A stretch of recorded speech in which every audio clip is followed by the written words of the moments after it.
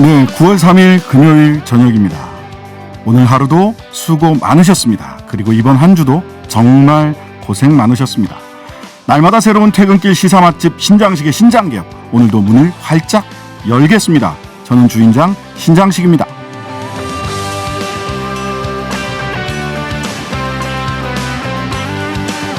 이장에서 시작해서 군수, 행자부 장관, 경남도지사, 국회의원까지, 그리고 이제 대통령에 도전하는 더불어민주당 김두관 대선 경선 후보 잠시 후에 만나봅니다.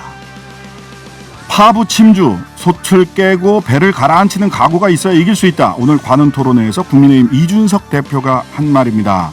역선택, 윤석열 후보 둘러싼 여권 정치인 형사 고발 사주 의혹, 쟁점이 많은데요. 파부 침주의 각오, 우리 이준석 대표 스튜디오로 직접 모시고 들어보도록 하겠습니다. 네, 제가 가장 좋아하는 코너입니다. 오늘은 문화미식회가 있는 날인데요. 대한민국을 대표하는 블루스 싱어송라이터 강허달님 7시 반부터 만나 뵙겠습니다.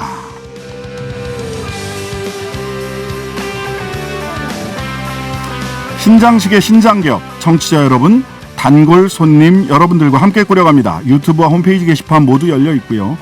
짧은 문자 50원, 긴 문자 100원, 샵 0951번으로 보내주세요. 신장식의 신장개업 시작합니다.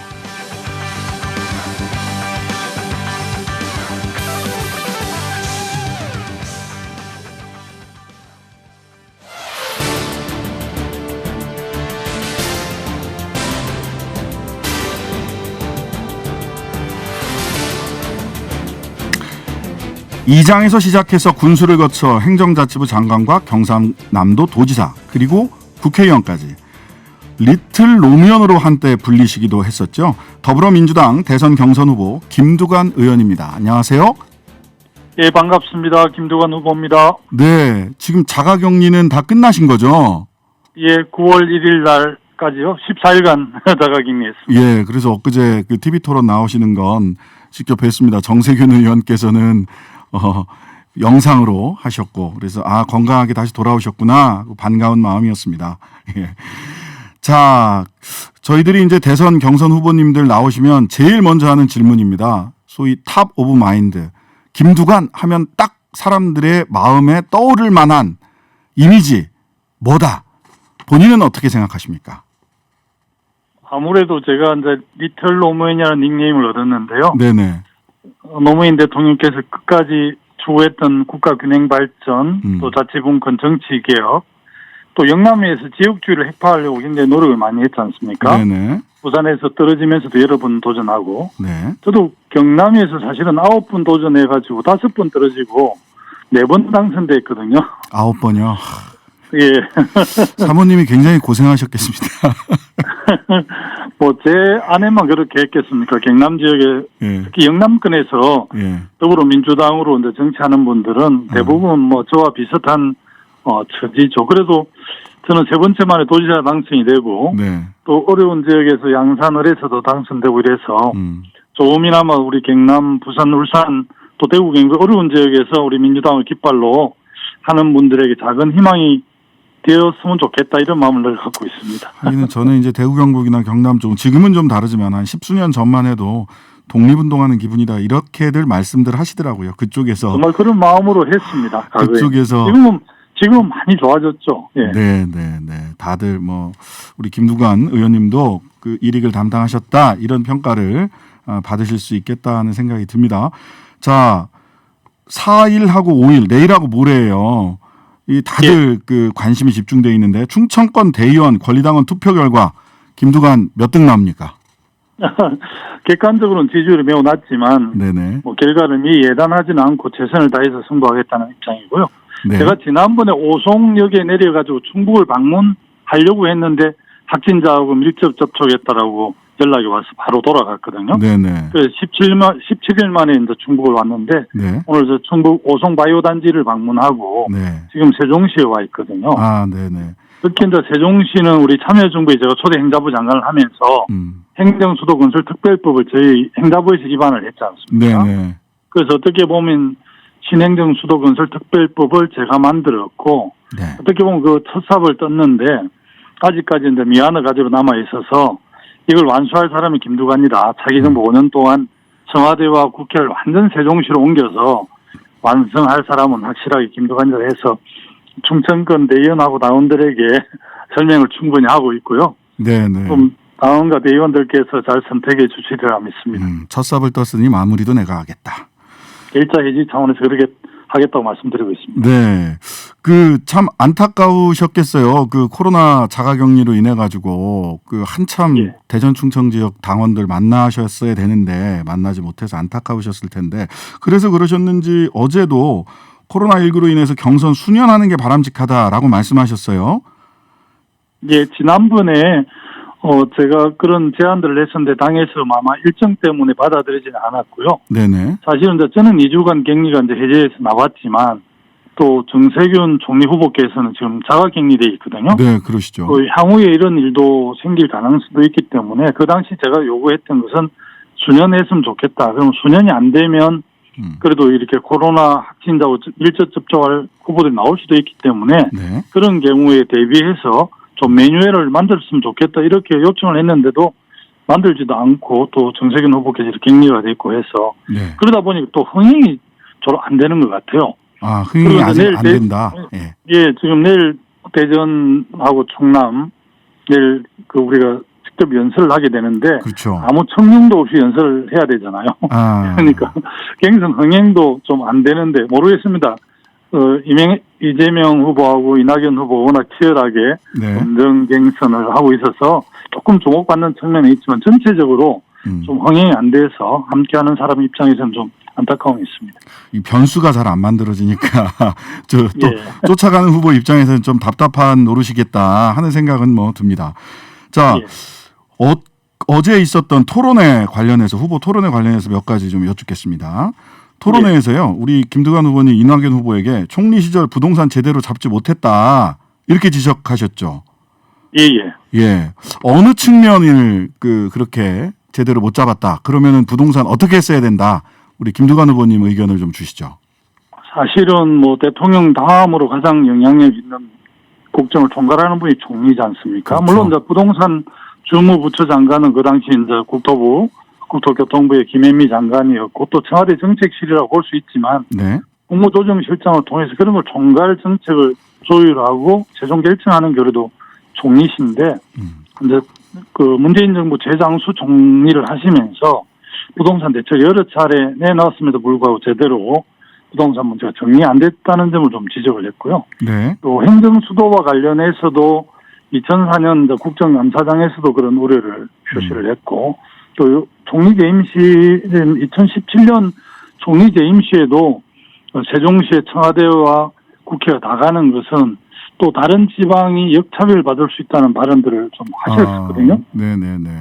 그래서 제가 그 점을 대해서 물으니까 또 이렇게 좀 얼무버리고 이렇게 해서 아무래도 이제 최고 지도자가 되시겠다는 분들은 이제 말과 행동에 일관성이 좀 있는 게 중요한데 지도자는 네. 그런 점이 좀 아쉽기도 하고 네. 또 노무현 대통령 탄핵은 뭐 2004년에 있었던 일이지만 네네네. 그때도 이제 우리 반대하는 분들은 이제 국회 그 표결 현장에 가지를 안 했잖아요. 예. 표결에 그렇죠. 3년은 했는데 본인은 이제 반대표 8년 만에 반대표를 던졌다 하니까 이런 부분이 좀 신뢰가 안 가서 네. 그런 점들 좀 토론회 때 지적을 한 겁니다. 언행에 문제가 있고 언행이 일치했느냐라는 부분들을 좀 말씀 주신 것 같고요. 그 이낙연 후보 측에서 주요하게 또 이재명 후보에게 명락대전 뭐 이거 선을 넘는 거 아니냐라고 얘기하면서 소위 송두환 국가인권위원장 후보 관련해서 무료 변론 이야기를 했어요. 이 예. 부분에 대해서 이낙연 후보의 이 문제 제기 그리고 이재명 후보의 반론 내지는 해명 어떻게 평가하십니까? 지난번 토론회 과정에서 이제 변호사비는 사생활 문제라서 뭐 좀 밝히기 어렵다 이렇게 말씀하는 바람에 이게 좀 더 확대된 것 같습니다. 네네. 사실은 뭐 국가 대통령이 되겠다고 하시는 분들은 뭐 사생활이 없지 않습니까? 그런 면에서는 좀 더 그 토론 과정에서 좀 더 내용을 상세하게 말해주는 게 더 좋았지 않는가 싶고요. 네. 송두환 인권위원장은 뭐 존경받는 민변 출신 지금 민변 출신인가는 모르겠습니다. 존경받는 법조인이신데 네. 특히 이제 시국 사건이라든지 뭐 좀 쟁점이 되는 좀 우리 민변분들이 많이 변론을 하시고 네. 또 큰 사건 같은 경우는 같은 변호사분들이 이름을 이렇게 얹어주시는 게 관행이었기 때문에 직무상과 관련이 있는 없으면 그게 문제가 되겠나 이런 게 일반 상식인데 네. 그 깊이 있는 내용을 모르니까 제가 예단해서 말씀드리긴 좀 어렵고요. 네. 이재명 지사 같은 경우는 어쨌든 이 분명한 성과들이 있어서 국민들이 지금 상당히 인정하는 것 같아요. 그래서 실행력이 강하고 이렇기 때문에 그런 건 장점인데 뭐 개인사 주변을 둘러싼 자본들이 계속 나오고 있어서 네. 이런 점 때문에 아마 지금 계속 맥락대전이 유지가 되는 거 아닌가 싶거든요. 네. 여튼 뭐 만약에 이제 본선 후보 될 확률이 조금 현재 보면 높다고 보는데 네. 상대당에 이제 공격 지점이 되지 않을까 이런 염려도 없잖아 있습니다. 이게 뭐 백신이면 괜찮다. 근데 이게 백신이 넘어가서 서로 치사량의 그 검증을 넘어서는 거 아니냐 이런 이제 걱정을 가지고 들여다보는 분들도 계셔서 제가 한번 여쭤봤고요. 예. 사실 뭐 검증 우리 후보 자기 입장에서는 검증이지만 네네. 상대 후보 입장에 보면 네거티브로 볼 수 있기 때문에 참 애매합니다 그 선이. 그렇죠. 이게 참 예. 어려운 측면이 있는 것 같습니다. 자, 어제 사실 굉장히 큰 뭐 다시 사실이라면이라고 하는 전제를 붙이고는 있지만 윤석열 전 검찰총장 측근이 여권 정치인에 대한 형사고발 사주했다. 소위 청부고발이다라고 하는 언론 보도 있었고 어제 저희 프로그램에서 이진동 기자하고 인터뷰를 해서 직접 이야기도 들어봤는데요. 오늘 페이스북에 윤석열은 진실을 고백하고 수사를 받아야 합니다. 이렇게 쓰셨더라고요.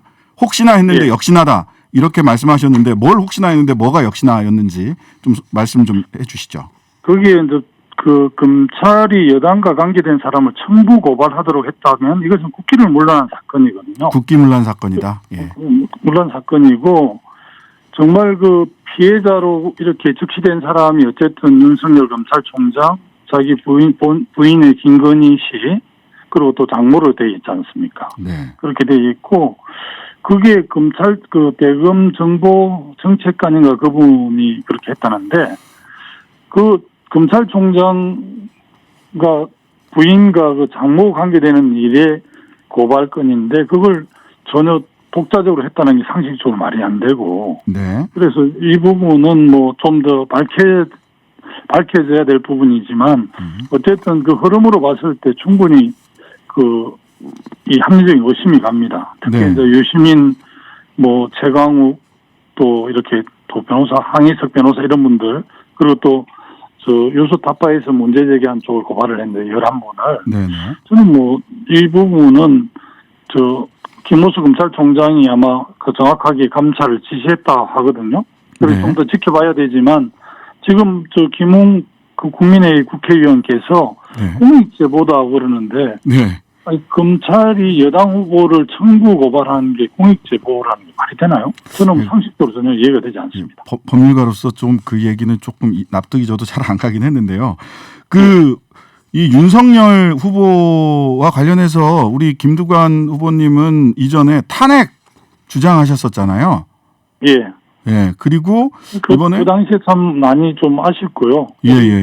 그 국회에서 입법부 할 수 있는 유일한 권한이 탄핵하는 건데 아마 네네. 뭐 역풍 우려해서 그때 지도부가 좀 염려를 해서 네. 상당히 그 의원들 절반 정도의 동의 찬성을 했는데도 불구하고 지도부에서 그렇게 해서 그 정도만 아쉬웠었죠. 아쉽다. 그때 했어야 되는데 이런 말씀이신 것 같고. 그리고 그러니까 국회에서는 국정조사하자 이렇게 저 페북에서 말씀을 하셨어요. 지금 김호수 검찰총장은 감찰 지시를 했고 그렇다면 감찰은 검찰에서 하지만 국회 차원에서는 국정조사 해야 된다. 예, 우리 법사위 위원들께서 네. 아마 다음 주 월요일에 법사위를 소집하는 걸 그렇게 제가 들은 것 같습니다. 법사위에서는 아마 그 회의를 열 것 같고요. 네. 국회 차원에서는 국정조사 할 수 있는 거니까 국정조사하는 게 상식이지 않나 싶습니다. 네, 이 국정조사를 통해서 또는 감찰을 통해서 밝혀져야 된다. 이 부분을 반드시 확인되어야 한다라는 게 있다면요. 예, 그렇습니다. 예.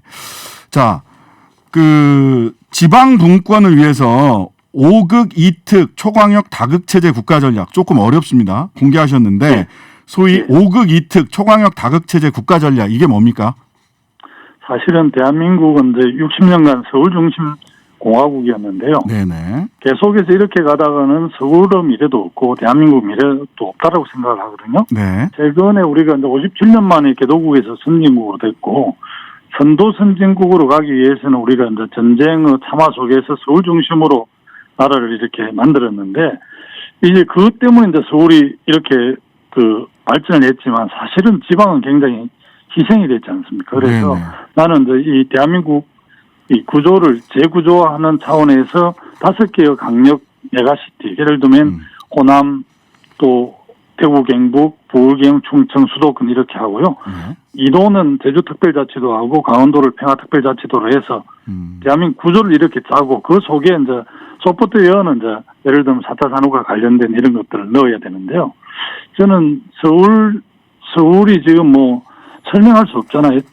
지금 지방에 벚꽃 피는 순서대로 지방경제와 지방대학이 몰라갈 정도고, 네. 처음에 균형발전 이야기를 제가 예비경선 때 했을 때는 네네. 다른 후보들이 크게 관심을 두지 않았었어요. 네. 그런데 이게 이제 지방에 다녀보니까 지방 요구가 너무 강력하거든요. 그렇죠. 그러니까 지금 모든 분들이 충청권을 제2행정수도로 한다 하고 균형발전이 돼서 뭐 이렇게 분권형 개헌도 해야 된다 하고 뭐 양경제라 해서 서울과 세종 2개의 도시 수도를 한다면 여러 가지 안들을 내세요. 네네. 그래서 저는 개인적으로 굉장히 기쁘고요. 네. 균형 발전을 유일하게 그나마 할 수 있는 수도권과 비수도권 지방화 조항을 상생하고 인인할 수 있는 딱 골든타임 차기 5년밖에 없다고 생각하거든요. 5년 안에? 그래, 예, 5년 안에 그렇게 하지 않으면 성안의 수도권이라는 나라하고 성밖의 비수도권의 나라가 존재할 텐데 비수도권은 수도권의 부스러기나 뜯어먹고 사는 이런 국민으로 전략한다는 게 제 판단입니다.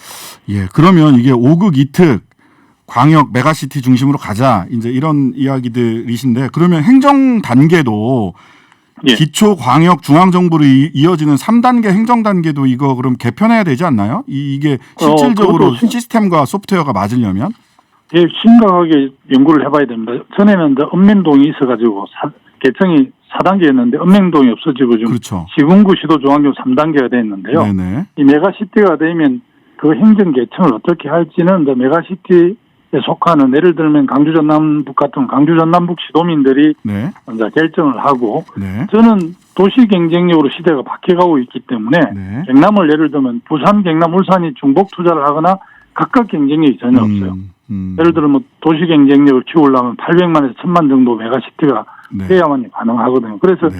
그렇게 메가시티로 가는 게 맞고 그것에 대해서 적극적으로 추진하는 쪽은 예를 들어서 재정 인센티브도 주고 또 네. 추진한 사업에 대해서는 또 보조금이라든지 교부세를 더 확장해서 자리 잡을 수 있도록 해야 되는데 그 법적 근거가 만들어졌습니다. 네. 지방자치법 전부 개정 안에 네. 강력행정연합이라고 네네. 강주 전남북이 이렇게 각각 시도가 네, 맞습니다. 있지만 예. 이렇게 강력연합이 만들어졌기 때문에 그 출발이 시작이 절반이라고 초강력 메가시티를 만들 수 있는 법적 근거가 만들어져서 차근차근 차기 정부에서 진행을 해야 될 사안입니다. 네, 그냥 이거 OX로 답변해 주세요. 시간이 많지 않아서. 윤희식 의원 사퇴안 처리하는 게 맞습니까? 나는 당연히 옵니다. 처리하는 게 맞다고 봅니다. 네. 자, 마지막으로요. 내가 왜 김두관 대통령, 왜 대통령으로, 대한민국 대통령으로 적합한지 국민들에게 한마디 하신다면요? 저는 뭐 서울공화국 개최하고 강력한 균형발전, 급진적 자치분권을 하지 않으면 5년 안에 골든타이밍 때 없다고 생각하고요. 네. 누구나 다 이런 말씀들을 지금 대선 후보들이 하지만 다른 분들은 인테리어 정도 바꾸는 거지만 저는 완전 대들보를 옮겨 통째로 바꾸는 일이거든요. 이 일은 김두관밖에 할 수 없다. 그리고 시간이 많지 않다. 네. 그래서 김두관 출마를 하고 지금 국민과 당원대의원들이 호소를 하고 있습니다. 네. 지역균형 발전 김두관 대통령에게 맡겨달라. 이렇게 정리해 볼 수 있을 것 같습니다. 지금까지 김두관 후보님이셨습니다. 감사합니다. 예, 고맙습니다. 네. 우리 9085님이 격하게 김두관 의원님 응원합니다. 라고 하는 문자 메시지 남겨주셨습니다. 네. 금요일은 신장개업 장앤김. 이렇게 이름을 바꿔봤어요. 김현장에서 장앤김으로. 예. 다양한 이유가 있어서 그렇게 바꿔봤습니다. 장은미 변호사, 김준호 변호사 두 분과 함께합니다. 오늘은 시간을 좀 더 당겼는데요. 두 분 어서 오세요. 네, 안녕하세요. 네. 일주일 만에 이렇게 뭔가 좌천된 것 같네요. 제 이름이 먼저 나오다가 뒤로 가니까.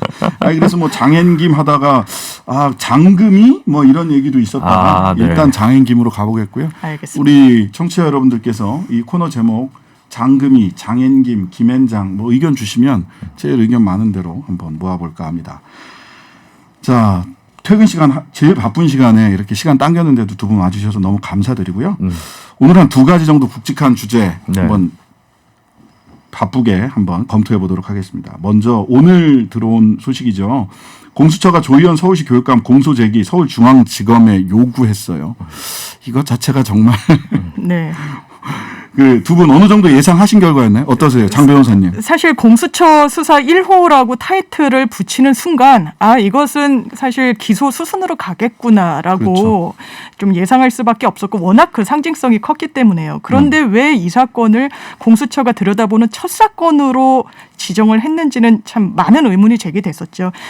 일단 감사원에서 한번 수사를 했던, 한번 스크린을 했던 그런 사건이었고 본인들이 직접 기소할 수 없는, 왜냐하면 공수처가 기소할 수 있는 대상은 검사 아니면 판사 아니면 고위 경찰에 한정이 되기 때문에 그렇죠. 그렇다면 어쨌든 공을 검찰로 넘겨야 되는 사건을 왜 1호 사건으로 해서 진행을 했을까? 이 의문이 지금도 사실 떠나지 않는 부분이 있고, 그렇지만 뭐 수사 내부 과정에서는 뭐 이론이 있었다라고 지금 나오고는 있는데 공소심의위원회까지 개최를 해서 어쨌든 기소로 가겠다라는 의견을 반영해서 검찰로 공을 넘겼는데 이 사건이 좀 어떻게까지 좀 발전이 될지는 좀 지켜봐야 될 것 같습니다. 이제 제일 그 모양 빠지는 게 검찰이 기소를 안 해버리면 정말 공수처로서는 정말 모양 빠지거든요. 큰 체면을 보이는 거죠. 그렇죠. 예, 조교육감님은 공수처 논리라면 과거사 청산도 불가능하고 해고자 복직도 불가능하다.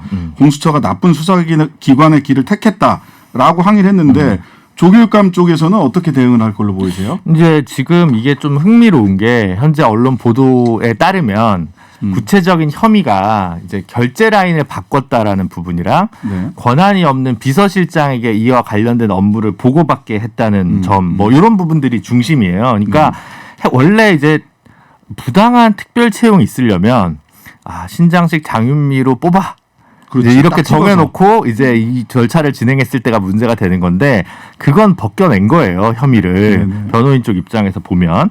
그래서 그렇다면 어떻게 보면 이제 결과에 부당한 영향력을 행사한 것은 아닌데 절차적인 과정에서의 뭔가 조금 흠결이랄까? 이런 게 있었다라고 이제 판단을 하는 걸 중심으로 해서 직권남용죄랑 국가공무원법 위반 44조 위반으로 이제 기소 의견으로 낸 건데 시작을 잘 생각해 보시면 대한민국에서 가장 보수적인 법률가이신 최재형 후보가 감사원장 당시에 국가공무원법은 경찰에 고발을 했는데 공수처에는 고발을 안 하고 자료만 넘겼어요. 그러니까 본인도 이게 직권남용죄는 쉽지 않겠다라는, 또 직권남용죄 특유의 법리가 있지 않습니까? 그렇죠. 그러니까 제가 볼 때는 이거는 그냥 국가공무원법으로 어떻게 해볼까 말까와 관련된 부분이지, 이런 말씀 드리는 이유는 국가공무원법 44조는 누구든지 시험 또는 그 임용에 있어 부당한 영향을 해서는 안 된다, 이런 규정이 있거든요. 그러니까 조금 더 구성 요건이라고 하는 것이 좀 넓습니다.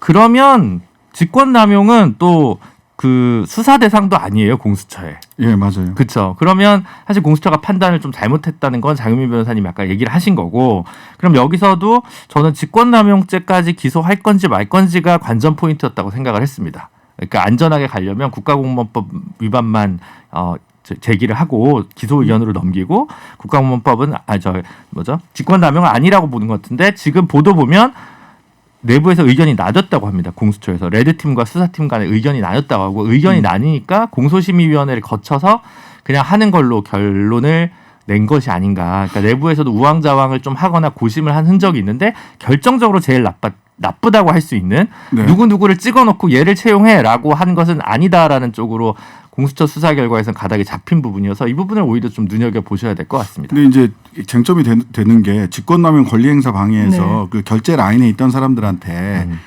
그 내가 책임질 테니까, 그 조희연 교육감 쪽에서 내가 책임질 테니까 당신이 결제 라인에서 빠지고 싶으면 빠져 라고 한 지점을 놓고 이게 권리행사 방해냐 그 공무원들의 그렇죠. 권리행사를 방해한 거냐 아니면은 교육감으로서 오히려 당신들이 책임져야 될 부분은 면해주고 내가 다 책임을 지더라도 내가 다 책임을 질게 라고 했던 거냐. 네. 이 부분이 사실 법리상으로는 쟁점이 될 것 같은데 맞습니다. 어떠신가요? 이 양면성이 있는 거죠. 그러니까 네, 네. 조희연 교육감 측 변호인은 이 부분을 자발적으로 본인들이 인사채용 절차에서 빠지겠다라고 했는데 직권남용 권리행사방해죄로 형사처벌을 하는 게 맞느냐, 기소하는 그러니까. 게 맞느냐라는 의견을 내는 것이고 또 이 검찰 또 그 공수처 측에서는 이 프로세스라는 것이 있고 인사채용 절차에는 관여해야 되는 딱 그 부서 등등이 있는데 그 관여자들이 관여를 하지 않았다는 건 뭔가 절차적인 흥결로 처벌 필요성이 있는 거 아니냐 이렇게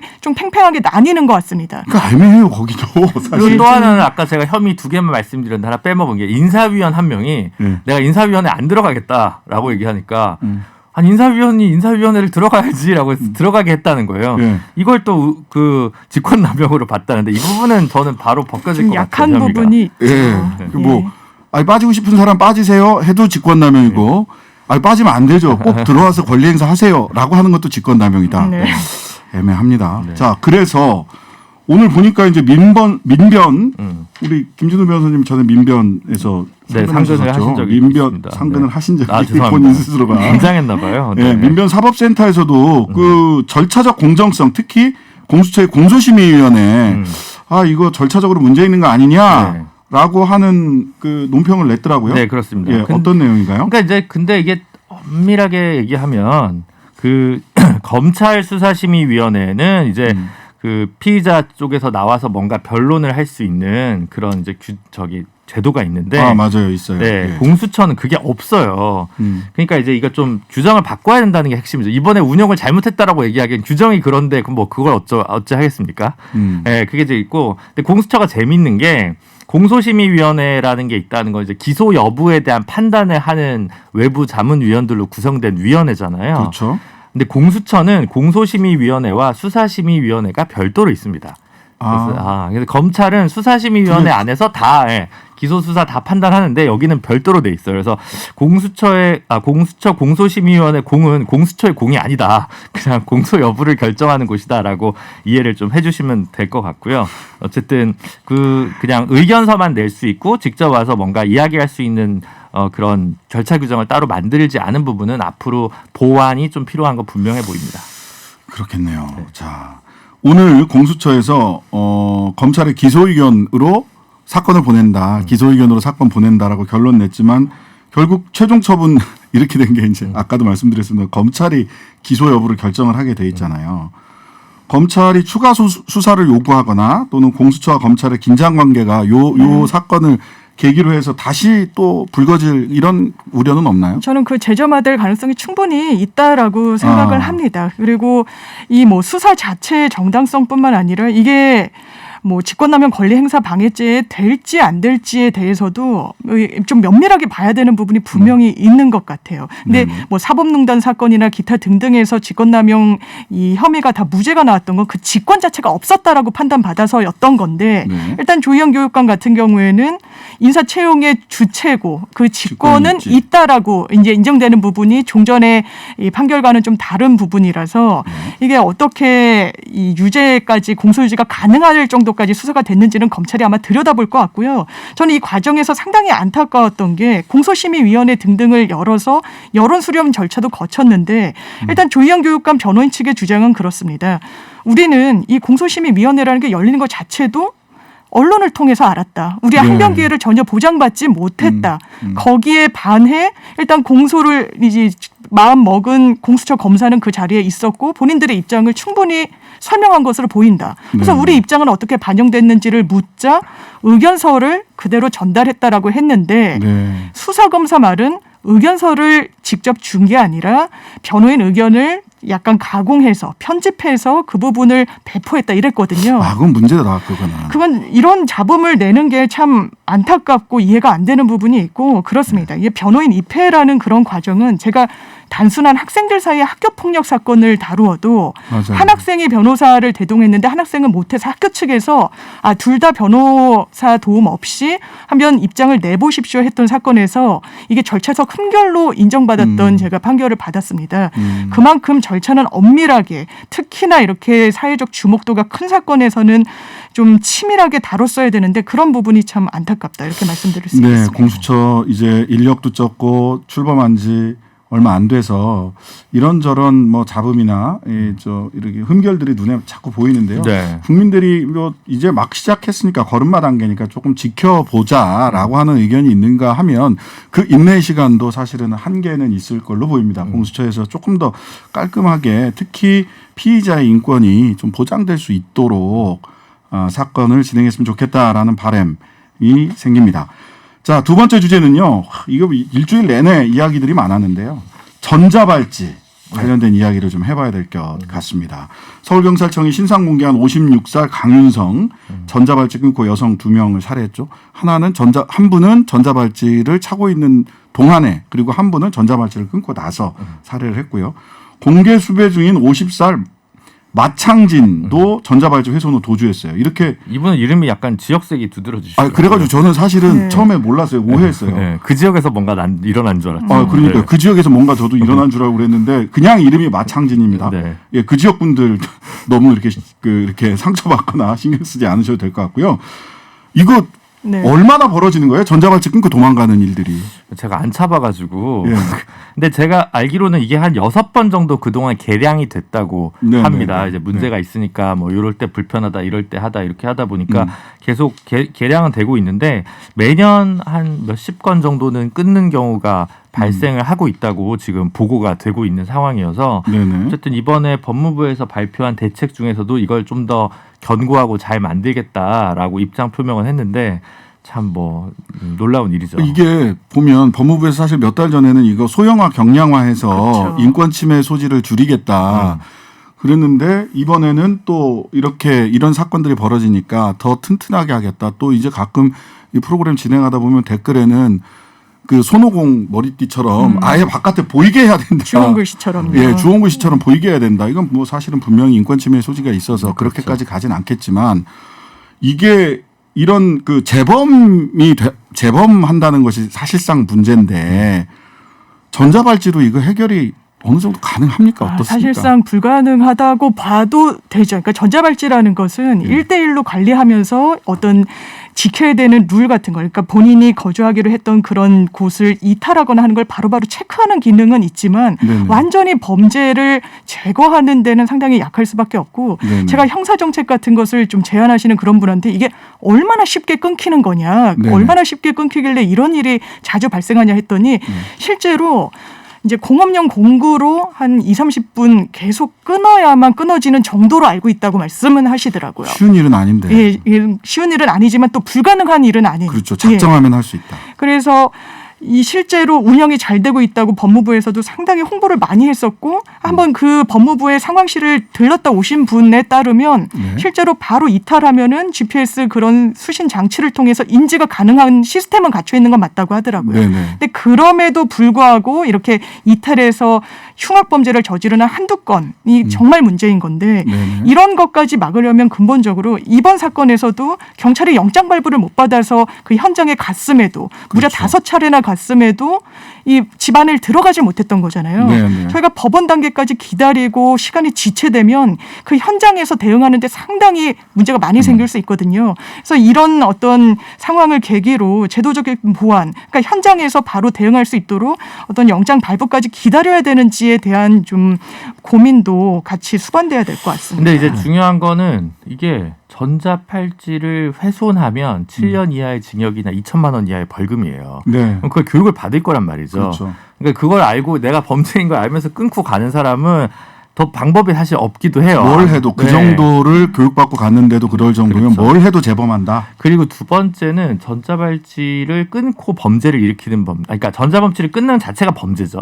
그게 하나가 있지만 전자발찌를 차고 범죄를 일으키는 분들이 아니 강윤성 씨도 네. 이 그 두 분 살해 두 명 네. 살해한 그렇죠. 강윤성 씨도 첫 첫 번째 범죄는 전자발찌를 그렇죠. 찬 채로 있어요. 착용한 그렇죠. 채로 네. 예, 범죄를 그러니까 저질렀죠. 전자발찌가 재범을 막는 데 있어서 유일무이하거나 가장 강력한 수단일 수는 없다는 생각이 들고요. 다만 이 제도가 저도 뭐 그렇게 아주 좋아하는 제도는 아니지만 이 제도가 있을 때와 없을 때를 비교하면 동종 흉악범죄 재범 비율이나 이런 것들이 감소했다는 통계는 유의미하게 잡히긴 합니다. 그러니까 전자발찌 자체를 그렇다고 폐지할 건 아니지 않습니까? 예, 제가 제가 확인한 바로는 그 살인이나 상해치사 등 강도 등의 재범률은 0.1에서 0.2%인데 네. 성폭력 재범률은 10%가 넘었다가 네. 전자발찌 이후에 한 2%대로 네. 줄어들었다라는 얘기는 통계는 제가 네, 확인했습니다. 통계가 여러 가지가 있는데 지금 전자발찌가 처음엔 성폭력 범죄, 특정 성폭력 범죄, 네, 성추행은 아동청소년. 성추행은 이제 안 들어가잖아요. 예를 들어 단순 거는 그다음에 이제 그 영유아 유괴범, 그다음에 이제 살인, 강도 이 순으로 이제 도입이 된 제도인데 네네. 이에 관한 이제 그래서 전자발찌를 차고 있는 사람이 지금 4,800명 됩니다. 네.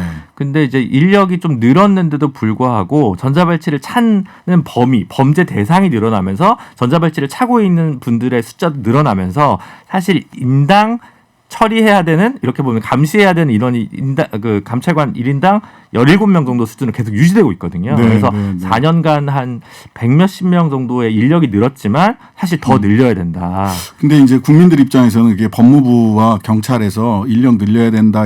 그 얘기가 예산 주세요라는 얘기를 들리거든요. 그렇죠. 그러니까 그거는 당신들이 알아서 해결하시고 특히 그 강력 범죄들 중에서도 가장 그 재범률도 높고 우리 여성들이 굉장히 공포감을 느끼는 건 사실 성폭력 범죄의 재범이잖아요. 이 부분에 대해서 전자발찌도 일정하게 효과를 냈지만 전자발찌만으로는 안 된다라고 하는 게 지금 자꾸 드러나고 있으니까 장 변호사님 성폭력 재범을 좀 낮추게 하기 위해서 어떤 좀 대안이 필요할지. 그래서 여러 대안이 논의가 되는데 지금 뭐 이런 성범죄는 습성을 가진 경우가 상당히 많죠. 재범률도 높고. 그래서 화학적 거세 등의 제도가 도입은 됐는데 이게 일단 동의 사항으로 규정이 돼 있습니다. 당사자 동의. 그렇죠.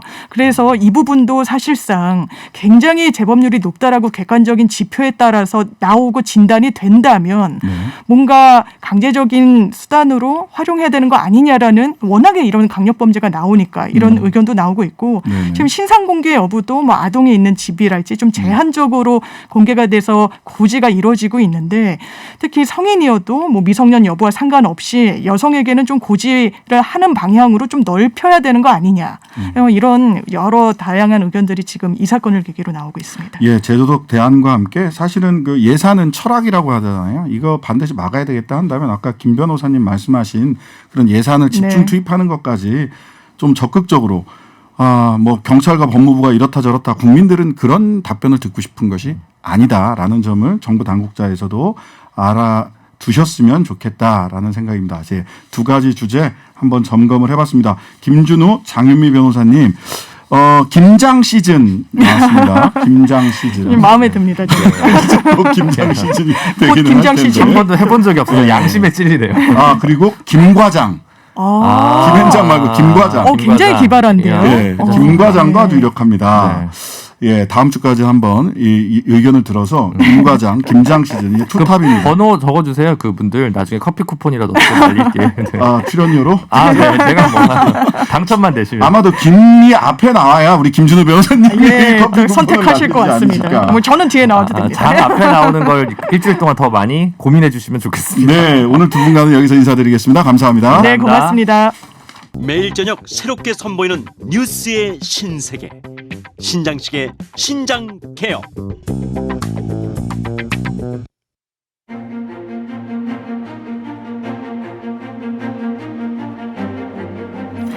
거짓말 없는 세상이 되기를 바란다. 모든 국민이 정직했으면 좋겠다. 내 탓이오, 내 탓이오, 내 탓이로소이다. 거짓말 없는 정직한 세상을 말씀하신 분은 삼성 이건희 회장입니다. 내 탓을 말하며 겸손을 강조하신 분은 2009년 선종하신 김수환 추기경입니다. 정직과 겸손 모두 가치 있는 말입니다. 그러나 이건희 회장이 이야기한 정직과 김수환 추기경이 말씀하신 내 탓은 울림과 힘이 천지차이입니다. 말은 문자적 의미 자체만으로 힘을 갖지 못합니다. 그 말을 한 사람이 누구냐 그리고 어떻게 살았느냐에 따라 말의 울림과 힘은 달라지기 때문입니다. 야당 1위 후보를 음해하기 위한 황당한 정치적 음모다. 아니다. 검찰 공권력을 사유한 쿠데타다. 소위 청부 고발 의혹 보도에 대한 윤석열 후보 캠프의 말과 여야 경쟁 후보들의 말이 격렬하게 부딪히고 있습니다. 정확한 말은 무엇일지, 그리고 공정과 상식을 기치로 내건 윤석열 후보는 그 말의 무게를 감당할 수 있을지, 결국 누구의 말이 울림과 힘을 가질 수 있을지 가늠해보는 신장식의 오늘입니다.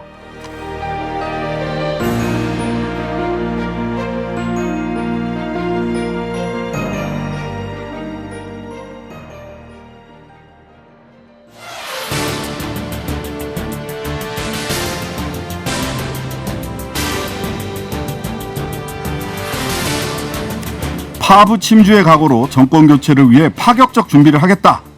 국민의힘 준스톤 이준석 대표님 모셨습니다. 안녕하세요. 네, 안녕하세요.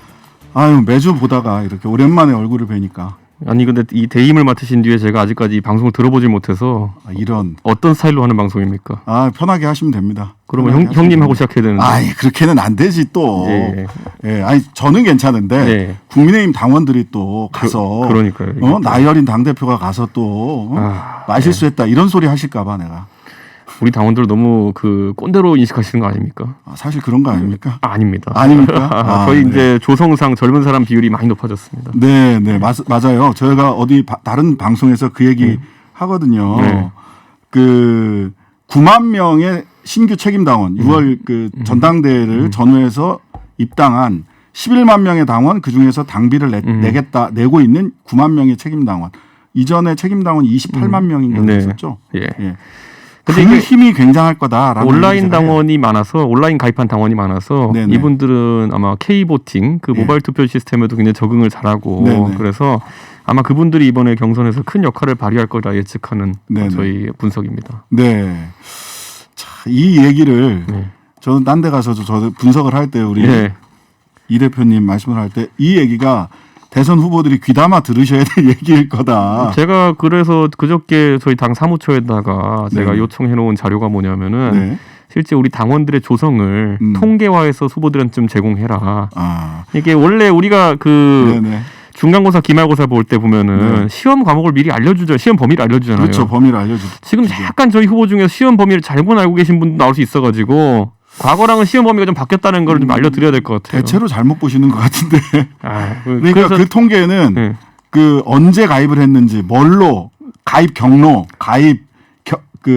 인터넷으로 가입했는지. 그건 너무 자세하고 그냥 연령대 기준이 얼마나 바뀌었는지 일례로 저희가 원래 그 호남 지역 당비 내는 당원이 지난 네네. 전당대회 때 예. 0.8%밖에 안 된다 그래서 이제 전체 당원 중에 맞아요. 문제가 됐었죠. 그게 진짜 망신 샀거든요. 예. 최근에 그 수치가 한 2.5%까지 개선되었다. 네. 갈 길이 멀지만 그래도 개선되고 있다. 네. 상당히 영향이 자, 있습니다. 그러면은 호남 지역이 0.8에서 2.5까지 개선됐다. 얘기가 딱 나오면 바로 이제 경선 후보들이 얘기하는 게 역선택 얘기. 호남과 청년층이 당내 특정 후보를 지지해서 그 특정 후보가 그냥 얘기하죠. 홍준표 후보를 호남 쪽과 청년층이 지지했기 때문에 이 사람들이 결국 그 본선에서는 국민의힘 후보를 안 찍을 사람들이 지금 지지하고 있는 거 아니냐라는 식으로 이제 역선택 방지 조항을 넣어야 된다라고 하는 의견을 세 분이 냈죠. 근데 저는 역선택에 대해 가지고는 네네. 각자 의견들이 있으시겠지만은 네. 서로 상대 후보가 역선택의 혜택을 받는다 이런 지목을 하는 것도 네. 사실 굉장히 듣는 후보 입장에서는 좀 기분이 나쁠 수 있는 이야기거든요. 그렇죠. 기분 나쁘죠. 그러니까 왜냐하면 역선택과 중도층의 지지라는 거는 같은 종이의 양면 같은 거라 가지고 바라보는 네네. 관점에 따라 가지고 이제 볼 수 있는 거라서 저는 대표로서 섣부른 판단할 수가 없습니다. 네, 어떤 쪽이 맞는 얘기인지. 근데 이제 이 말씀까지는 하셨잖아요. 경준위원회에서 역선택 방지 조항이 없는 안을 올려서 최고위원회에서 의결을 한 건 맞다. 추인이라고 적었었어요. 추인을 한 건 맞다. 예. 그게 네. 의결 사항은 아니라서 다만 수고하셨습니다. 이렇게 하고 네네. 추인하고 저희가 그 안을 보고 받은 건 맞고요. 예. 다만 거기서 이제 변화를 주는 것도 또 선관위의 역할로 규정돼 있긴 합니다. 그래서 예. 선관위에서 변화를 줬어요. 그럼 그거는 다시 최고위원회에 올라와서 추인 내지는 의결을 받아야 됩니까? 아니면 선관위에서 독자적으로 결정할 수 있는 겁니까? 지금 상황에서 안 받아도 된다고 저희 판단하고 있습니다. 아, 최고위원회 의결은 안 받아도 된다? 예, 예. 오, 선관위에 그 정도를 권한을 다 넘겨준 거다? 저는 정홍원 총리께서 네. 예, 지금 지고 계시는 아니면 쓰고 계신 그 어떤 관에 그러니까 관에 어쨌든 무게를 알고 계신 분이다. 네, 네, 이렇게 네. 알고 있습니다. 네. 그렇기 때문에 적절히 하실 겁니다. 말을 굉장히 아끼시네요, 이 시점에. 적절히 하실 겁니다. 예. 네, 어쨌든 적절하고 합리적인 판단을 하실 거라고 믿는다. 네. 예, 대표의 의중까지를 다 고려해서 경선 후보들의 바램까지를 다 고려해서 적절한 판단을 하실 거다. 예, 적절하게 하실 겁니다. 네, 이 적절하게가 어느 지점에서 드러날지 한번 네. 이틀 뒤죠. 이틀 뒤에 일요일에 그런 걸 처리하게 돼 있어요. 예, 그러니까 지금. 이틀 뒤 일요일 날 어떤 결정이 나오는지 좀 지켜보도록 하겠습니다. 자, 다음 요새 어제부터 굉장히 핫한 이 네. 얘기를 드릴 수밖에 없어요. 당무감사 그 윤석열 검찰총장 당시 4.15 총선 직전에 윤석열 당시 검찰총장 측근이 미래통합당에 여권 정치인에 대한 형사고발을 사주했다는 언론 보도, 그리고 오늘 보니까 당무감사 진행하겠다. 근데 당무감사를 어디서부터 어디까지 할 수 있는 거죠? 이 사안에 대해서. 그래서 제가 이게 참 난감한 게 네. 결국에는 이 제기된 의혹의 고리가 검찰에서부터 중간 단계에 거쳐서 당까지 이어지지 않습니까? 그렇죠. 당무감사라는 건 당무에 대해서 하는 겁니다. 그렇죠. 그 바깥을 넘어설 수가 없어요. 그러니까 제가 당무감사를 맡길 수 있는 거는 그런 문건이 접수됐습니까? 김웅 의원한테 물어봐야 될 거고, 그리고 그게 우리 당의 공식 기구인 법률위원회에 접수됐습니까? 정정식 의원한테 물어봐야 되는 거죠. 아닙니다. 그때 정정식 의원님은 총선 이후에 선임된 분이고, 아, 그래요? 저는 당신은? 최교일 의원님이 하고 계셨습니다. 아, 다 정정식 의원으로 지금 인터뷰를 했던데. 그래서 그게 좀 애매합니다. 왜냐하면 예. 선거 기간 중에는 아무리 네. 상설위원회직을 가지고 있다 하더라도 또 현장에서 뛰고 계셨을 텐데. 본인 선거들에 다 집중하시지. 그게 네. 또 상설위원회 일을 또 많이 하시는 구조는 아니라서 네, 우선 어떤 경로로 전달되었는지가 확인되어야 되고, 네, 그리고 실제로 그걸 갖고 뭘 한 일이 있느냐를 네네. 봐야 되는데 지금까지는 확인이 잘 안 되고 있어서 저희가 당무감사를 한다면 그 정도 당 쪽으로 이제 넘어왔다면은 온 뒤에 어떤 일이 있었는가 정도만 밝힐 수 있고, 그러다 보니까 제가 약간 확장된 범위로 원래는 이런 것이야말로 네. 후보에 대한 어쨌든 의혹 제기이기 때문에 그리고 검증단 얘기 오늘 또 하셨어요. 예, 검증단이 차라리 낫긴 낫거든요. 그런데 네. 검증단 설치한다고 지난번에 얘기했더니만은 어떤 반응이었는지 다들 기억하시지 않습니까? 아, 그렇죠. 굉장히 격렬한 반응들을 보이셨어요, 후보님들이. 그러니까 제가 이런 일 때문에 검증단 만들자고 했던 것인데 네. 원래 검증단이 있었으면은 지금 상황에서 이런 의혹 제기가 있었을 때 저나 선관이나 그러니까 네. 당 대표나 아니면 선관위원장이나 그래 그러면 검증단의 토스 이렇게 하면서 우선 그쪽에서 일을 처리하도록 할 수 시간도 있었는데, 그런데 그게 지금 전혀 안 되고 저랑 선관위원장님이 이제 답을 해야 되는 상황이 계속 오게 돼 있거든요. 그러니까요.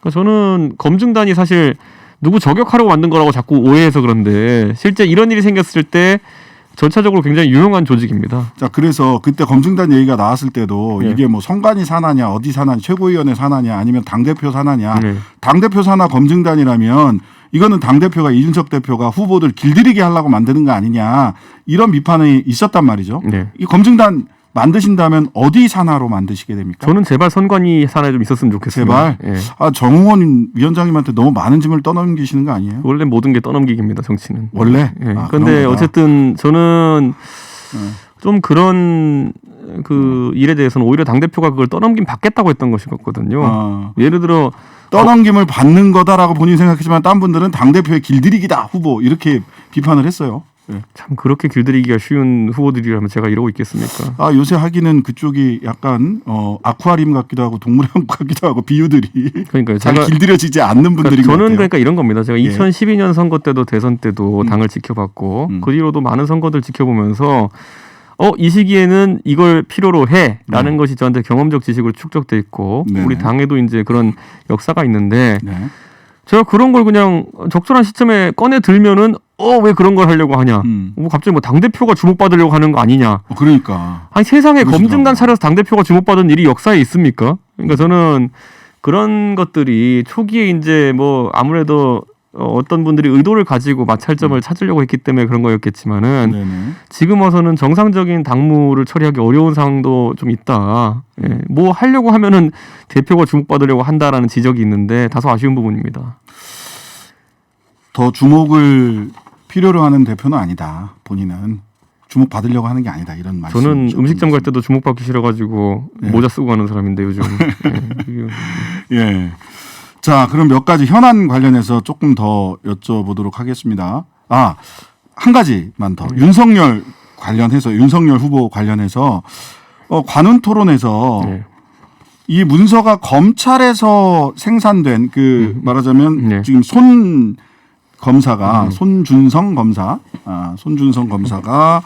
만들었다고 이렇게 보도된 문건을 네. 김웅 의원에게 전달한 그 문건, 이게 검찰에서 만들어진 거라면 뭐 큰 문제다. 네. 해서 검찰에서 이 문서가 작성됐을 가능성에 대해서 열어놓고 판단을 해야 된다라는 취지로 말씀하셨어요. 어떻게 저는 어디서 만들어진 건지 지금 확인된 게 있으세요? 저희는 확인할 수가 없습니다. 왜냐하면 네. 그 문건 자체도 저는 입수하지 못했고 네. 당연히 그렇기 때문에 어떤 세부 내용이 있는지도 모르고 네. 이제 해당 언론은 후속 보도를 하겠다고 하지만은 네. 당 차원에서는 진상규명하기 어려운 상황이고 네. 그러다 보니까 그 김호수 검찰총장이 언급한 것처럼 내부 감찰을 통해서 혹시라도 그런 사실관계가 확인될 수 있으면은 네. 아까 말했듯이 저는 당 안의 일부터 살펴볼 수가 있습니다. 네. 그리고 김호수 총장도 검찰 안의 일만 살펴볼 수 있기 때문에 그렇죠. 그런 부분이 좀 명명백백해지면은 우리가 가운데 퍼즐 빼고는 좀 어느 정도 맞춰지는 거 아니겠습니까? 그러니까 여당 쪽에서는 이거 괜히 이게 이 시간을 너무 지체하면 증거가 사라지지 않느냐. 말하자면 핸드폰이나 컴퓨터가 디가우징 된다든지 그러니까 아예 빨리 수사를 해라. 내지는 국정조사를 하자라고 하는 제안들을 하고 있는데 국정조사 같은 경우는 특히나 또 야당 측의 동의도 필요한 부분인데 국정조사 내지는 수사 착수에 관련해서는 어떻게 생각하십니까? 아직까지는 그런 단계가 아니다라고 저는 판단하고 있고 네. 왜냐하면은 지금 우리 당의 대선 주자인 윤석열 후보 측에서는 네. 아주 완강하게 이 사안에 대해서 사실무근이라고 네네. 지금 항의를 하고 있는 상황이거든요. 네네. 예를 들어 윤석열 전 총장과의 지시관계가 드러나지 않는다라고 하면은 이것은 뭐 수사를 위한 최소 요건이 마련되지 않는다 저는 이렇게 보고 네. 그리고 지금 뭐 손준성 검사라는 분도 네. 결국에는 본인이 모든 걸 부인하고 있기 때문에 황당하다 이렇게. 그러니까 전 그래서 시발점을 이제 사실상 감찰이라고 보는 겁니다. 감찰을 통해서 김호수 검찰총장이 최소한의 단서를 득한 뒤에 네. 그 다음에 입법부에서 할 수 있는 국정조사라든지 아니면은 또 수사의 절차에 돌입할 수 있는 것이지 지금 잘 보면은 윤석열 총장은 그런 것을 지시한 바가 없다. 네. 그리고 손준성 검사도 나도 사실 무근이다. 이제 김웅 의원만 약간 지금 애매해요. 왜냐하면 뭐 선거 때 이런저런 뭐 것이 많이 날라오니까 뭐 이첩을 했는지 안 했는지 정확히 기억 안 난다 이렇게 이야기했잖아요. 네네. 그리고 실제로 선거면 벌써 1년 반이 지난 시기이기 때문에 그게 기억이 안 날 수도 있습니다. 그래서 네. 뭐 그런 부분에 대해서 첫 번째 고리인 어떤 공조적인 검찰에서 먼저 그런 최소한의 사실관계를 확인해야 되지 않을까 싶습니다. 검찰의 감찰 결과에 따라서 수사, 국정조사 내지는 당에서의 당무감사의 범위도 바뀔 수도 있겠네요. 그렇죠. 근데 뭐 우리 잘 알지만은 감찰하면 잘하던데요. 뭐 하루 이틀이면 할 것 같던데요. 네. 예. 뭐 어쨌든 오늘 손준성 검사는 그 연가를 내고 예. 대구지청의 인권감독관이죠. 대구 고등검찰청인가요? 하여튼 인권감독관인데 오늘은 출근을 안 하셨다고 하십니다. 누구랑 상의를 하러 가신 건지 모르겠는데. 뭐 아무래도 언론의 취재가 집중되는 상황에서 네. 뭐 공무원으로서 직을 수행하기가 좀 부담스러운 측면도 네, 있겠죠. 그래서 그거는 인지상정입니다. 어쨌든 감찰 결과에 따라서 당무검사의 범위, 수사나 국정조사 등 추가적인 조사의 범위는 달라질 수 있다. 이렇게 좀 이해하면 되는 건가요? 예. 근데 당무감사는 오히려 지금 상황에서 네. 할게 없죠? 꺼내들어도 할 게 사실은 별로 없고. 당사자 얘기 들어보는 정도. 예, 그 정도입니다. 예. 자, 그럼 몇 가지 현안 조금 더 여쭤보겠습니다. 예. 자, 언론중재법 27일 날, 예. 9월 27일 날, 합의안 보니까 처리한다라고 못 박혀 있기는 하더라고요. 예. 예. 근데 또 어제 뭐 김기현 원내대표는 다른 방송에서 얘기할 때 처리를 합의한 건 아니다. 또 이렇게 말씀을 하시는데 9월 27일 날 처리되는 겁니까? 어떤 방식으로든? 처리를 시도하는 것까지는 하겠죠. 왜냐하면 본회의가 그때 열리는 거는 합의가 된 것이니까요. 네네. 다만 거기에 상정하고 또 그러면 저희도 필리버스터를 할 테고 항상 여러 절차는 다 따르게 되어 있는 마련이고 네. 그래서 저는 김기현 원내대표 말씀처럼 뭐 처리를 확정 지어놓고 하는 그런 협의체가 어디 있겠습니까? 당연히 이견을 조율하는 과정이 있고 네네. 또 이번에도 그 며칠 전에 결국에는 그 4번의 회동을 거친 그날 밤에 네네. 민주당에서 급격히 좀 여론이 선회했던 것은 이철희 정무수석의 청와대에서 네, 이제 왔다 국회 갔다 하셨죠, 방문 국회. 이후에 저희는 조류가 약간 바뀌었다고 판단하고 있거든요. 네. 그래서 저는 이 부분에 대한 여론이 어떻게 돌아가는지를 청와대도 면밀히 살피고 있는 거 아니냐. 네. 그래서 저는 27일까지 여론이 어떤 방향으로 움직이게 될지는 섣불리 판단하기 어렵다 이렇게 보고 있습니다. 예, 추석 민심이 중요해질 것 같은데 협의체는 지금 뭐 다 구성이 돼 가는 것 같은데 국민의힘 쪽에서도 전문가 2명, 예. 그다음에 그 들어갈 의원 2명 다 예. 선정하셨나요? 저희는 전문가 쪽도 이제 바라보고 있는데 네. 저희는 우선 의원들부터 봤을 때는 법률가 출신의 전주혜 의원님과 전주혜 의원님하고. 그리고 또 언론인 출신의 최영두 의원님이 네네네. 지금까지 이 문제에 대해서 굉장히 좀 그 합리적인 검토들을 해왔기 때문에 네. 신뢰하고 있는 것이고 우선 언론 단체들이 이제 빠질 수밖에 없는 상황은 이해하면서도 네네. 상당히 안타까운 부분인 게 네. 어찌 보면 이해 당사자이기 때문에 피할 수도 있겠지만은 이해 당사자이기 때문에 가장 적극적으로 협의체에서 좀 투쟁해야 되는 부분도 있다. 네, 그래서 네. 그런 생각을 하는데 네. 다소 아쉽습니다. 네. 그 전주혜 의원하고 최영두 의원, 그다음에 그 민주당 쪽에서는 김용민 의원하고 김종민 의원. 예. 예. 네 분 다 그 전투력이 막강하신 분들이세요. 그래서 협의하러 모인 것인지 아니면 서로 좀 이견이 좀 많이 노출되게 될지는 아니 그래서 협의체 안에서 저는 걱정되는 게 진중한 합의점을 찾기 위한 논의가 실제로 이루어질 수 있겠느냐. 오히려 네 분 다 성향상 바깥으로 국민들을 향해서 샤우팅을 하는 협의체 테이블이 되지 않을까라는 걱정이 근데 있는데. 진짜 저희는 문제 네. 많다고 생각해서 저희는 다 폐기해야 된다고 생각하거든요. 그러니까 그렇게 얘기하시더라고요. 그 최고위원 정경미 최고위원, 정미경 최고. 정미경 최고위원이 악법은 폐기의 대상입니다. 이렇게 딱 이게 잘라 뭐 말씀하시죠. 조정해 예를 들어 5배 배상한다 이거를 뭐 1.5배로 깎을 수 있는 것도 아니고 그럼 희화화 되거든요. 네네. 그러니까 저는 그 비례 보상에 대한 것도 그렇고 배수 보상에 대한 것도 그렇고 네네.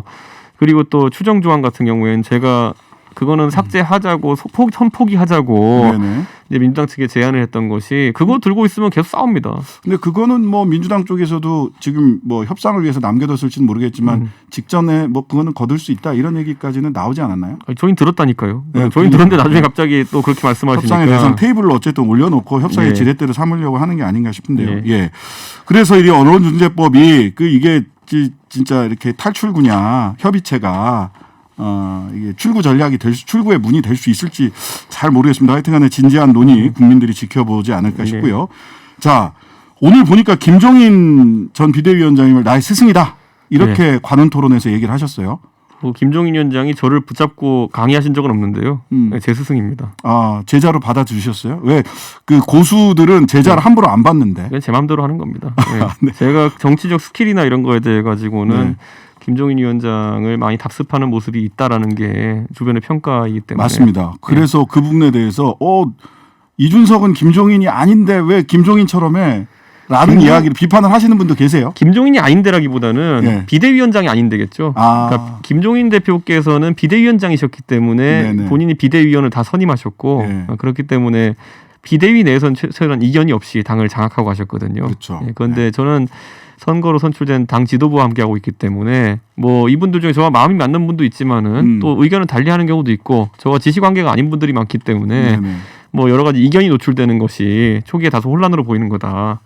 그런데 미우나 고우나 저희 지도부는 2년 동안 함께 일해야 되는 직장 동료인데 네네. 어떻게든 조정해 나가야죠. 자, 그러면 이런 말씀도 하셨어요. 영수회담 형식과 시간 가리지 않고 만나겠다. 근데 영수회담까지 가기 전에 송영길 대표랑 TV 토론 한번 하셨고 네. 그다음에 엊그제 네. 어쨌든 월요일 날이죠. 월요일 날 저녁에 네. 이게 또 구설에 오르셨잖아요. 네. 동물원 발언, 동물의 왕국. 동물의 왕국 발언. 네, 이게 제일 사람들이 많이 하는 얘기가 동물의 왕국은 KBS인데 MBC한테 KBS 프로그램 틀라고 하면 어떡하냐. 그냥 그 약간 다큐멘터리 프로그램 제가 아는 것의 대명사였다. 상징적인 대명사라서 그렇게 예. 얘기합니다. 아니 상당히 그 언론 노조에서도 그렇고 MBC에서도 그렇고 상당히 비판적인 목소리를 내셨어요. 이 부분에 대해서 사과는 하셨죠. 저는 당연히 시청자들에게는요. 저를 그리고 그런 합리적인 토론을 기대했던 분들한테는 죄송하죠. 그리고 제가 방송 10년 했지만은 제가 방송국에 섭외하면은 거절 안 하기로 유명한 사람입니다. 네. 전 방송 출연에 거의 그런 어떤 신기원 이룩한 사람인데 네. 제가 방송 빼고 싶었겠습니까? 그런데 다만 아쉬웠던 것은 네. 민주당에서 그날 긴박한 상황 속에서 네. 법안 상정을 포기한다는 이야기를 좀 일찍 했으면 하는 생각인 게 그때쯤이면은 포기될 거다 이런 게 이렇게 소식이 안 들어왔어요 대표님한테? 저희는 확정적으로 단언할 수 없었던 것이 예. 그때 두 가지 얘기가 동시에 나왔던 것이 네. 이철희 수석이 간 다음에 네네. 민주당에서 이것을 다음 날 오후 2시에 개회로 연기한다는 얘기가 있었고요. 네네. 회의를 본회의를 여는 걸로 연기한다는 얘기가 있었고 네. 또 아예 포기한다는 얘기가 있었습니다. 네. 아예 포기한다고 하면은 이 국면이 다소 일단락되는 거라고 받아들일 수 있겠지만은 네.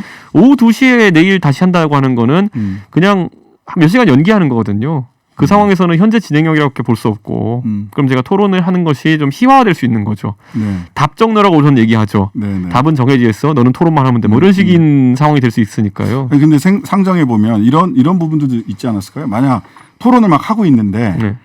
강행 처리를 했어 민주당이. 네. 예? 그랬을 경우 정치적으로 당 대표들 간에 토론하는데 강행 처리를 했다. 그럼 정치적으로 송영길 대표가 훨씬 더 큰 타격을 입지 않았을까요? 저희도 그런 생각도 했는데요. 예, 예. 대신 토론할 때 안 하고 그래서 네. 다음 날 오후 2시에 해버리면은 네. 봤지 토론했잖아? 그러면 이제 하면 되지 이렇게 될까 봐 그랬죠 저희는. 그리고 왜냐하면은 그렇다. 그 회기가 마지막이었기 때문에 네네. 그 다음 날 오후 2시에 본회의를 개최하면은 그 마지막까지 필리버스터 한 10시간 남짓하고 한나절 정도 하죠. 한나절 하고 이제 끝나는 상황이었기 때문에 네. 저희가 강력한 투쟁의 의지를 보이기 어려운 측면도 있었습니다. 근데 이게 저는 이래서는 안 된다고 생각을 하지만 사석에서 기자들이랑 초저녁에 했던 얘기들까지 또 바깥으로 나왔어요. 그죠? 예, 예.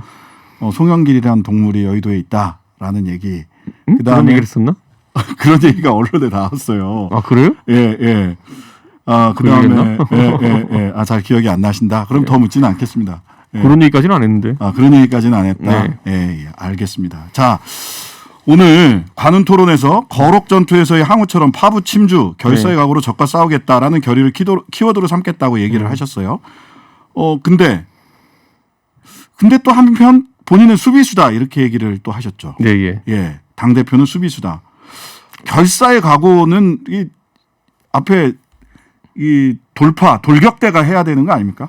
근데 왜 수비수를 자처했어요? 뭐 안시성 전투 같은 것도 수비형 전투였죠. 근데 네네. 상대편이 몰살당했죠. 그러니까 뭐 그거는 하기 나름입니다. 하기 나름이다. 을지문덕도 수비한 거죠. 네. 근데 상대가 그렇죠. 다 몰살당한 거죠. 음. 그러니까 제가 몰살을 하겠다 이런 섬뜩한 단어를 얘기하는 게 아니라 네네.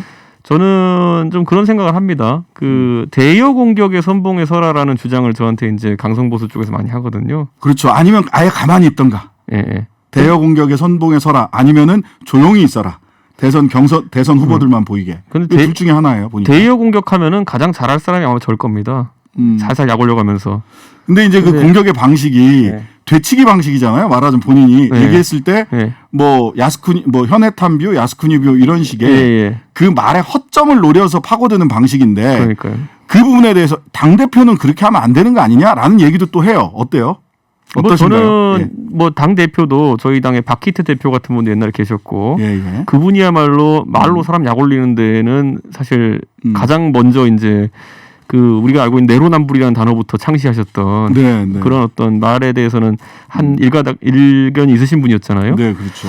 저는 스타일에 따라 다를 수 있다 봅니다. 그거는. 예. 그리고 우리가 탁구도 국가대표 보면은 수비형 탁구 치는 사람과 공격형 탁구 치는 사람들 네. 둘 다 국가대표 자격이 있는 것처럼 저는 당 대표라 할지라도 위트나 유머로 받아치는 스타일이 있을 수 있다고 봅니다. 위트나 유머 포기할 생각이 없다. 안 그러면요, 제가 네. 이렇게 말씀드릴게요. 네.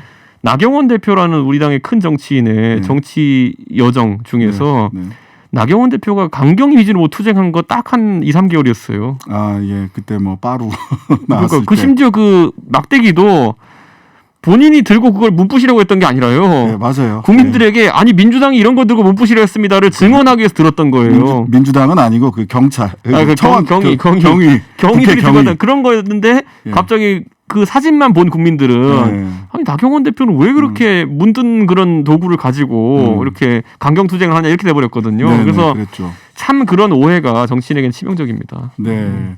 어쨌든 뭐 그 이준석 대표에게 그런 말을 하지 말아라라고 얘기하는 건 김치찌개에서 김치 빼라, 갈비탕에서 갈비 빼라 이런 주문 아니냐라는 예. 생각이 드는데요. 자 마지막으로 국민의힘 당 대표로서 국민들에게 뭐 드리고 싶은 말씀이 있으면 짧게 한 말씀 해주시죠. 아마 저희가 30대 당대표 또는 이런 원내 당대표가 생소하다 보니까 네네. 이런 어떤 새로운 전략 전술에 대해서 네. 지지자나 당원 중에서도 또 그리고 국민 중에서도 오해하시는 부분이 있을 수 있습니다. 네, 그런데 저는 당이 어쨌든 이제 젊은 세대가 접근할 수 있는 공간으로 만들려고 하고 그 네. 과정 중에서 지금의 혼란이 있다고 생각합니다. 그래서 네. 제가 항상 전당대회 때부터 슬로건을 쓰는데 네.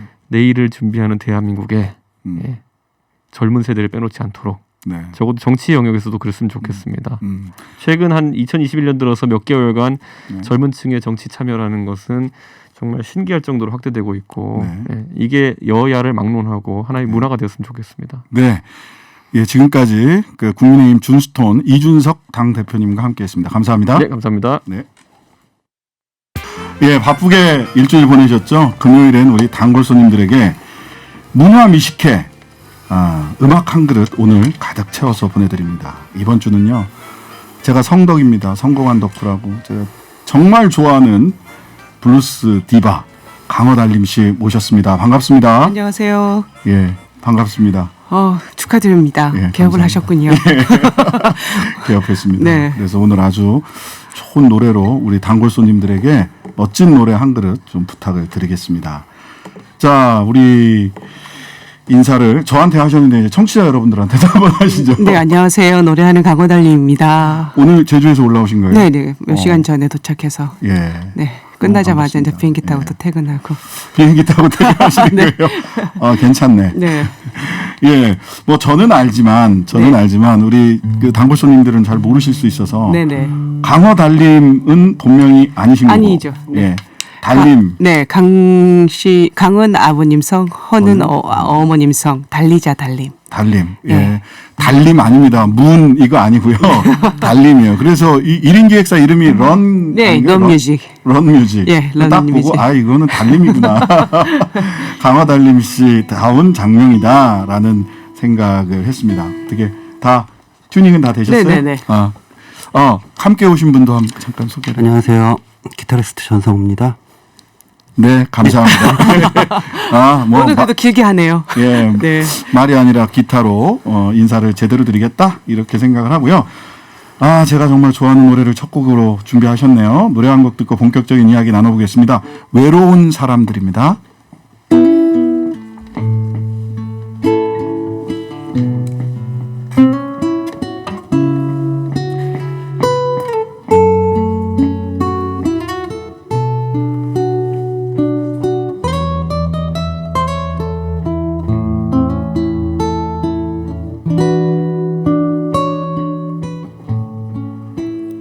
어쩌면 우리는 외로운 사람들 만나면 행복하여도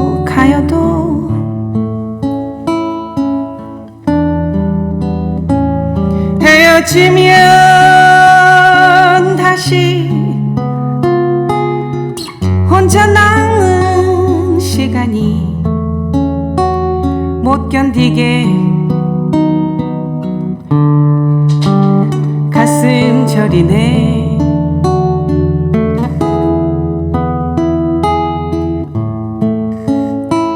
비라도 내리는 쓸쓸한 밤에 난 몰래 울기도 하고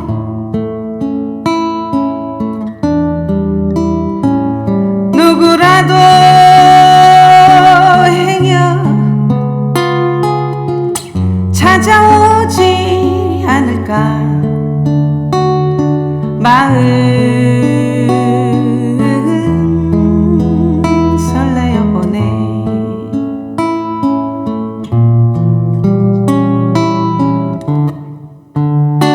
거리를 거닐고 사람을 만나고 수많은 얘기들을 나누다가 집에 돌아와 혼자 있으면 밀려오는 외로운 파도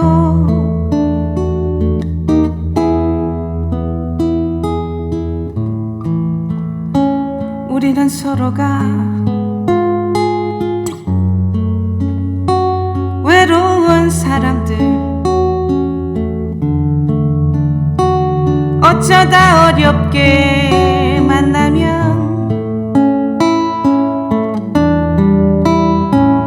헤어지기 싫어 혼자 있기 싫어서 우리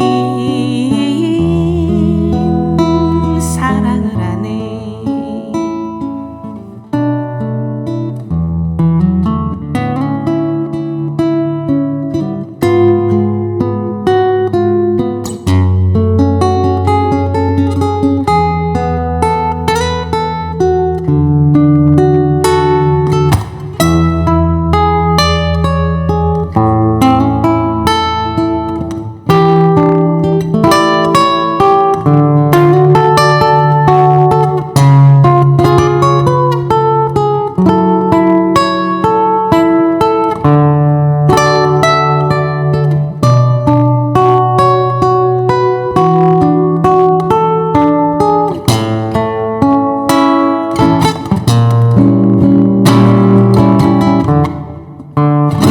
거리를 거닐고 사람을 만나고 수많은 얘기들을 나누다가 집에 돌아와 혼자 있으면 밀려오는 외로운 파도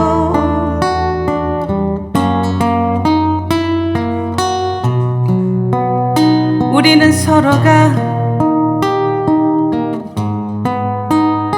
외로운 사람들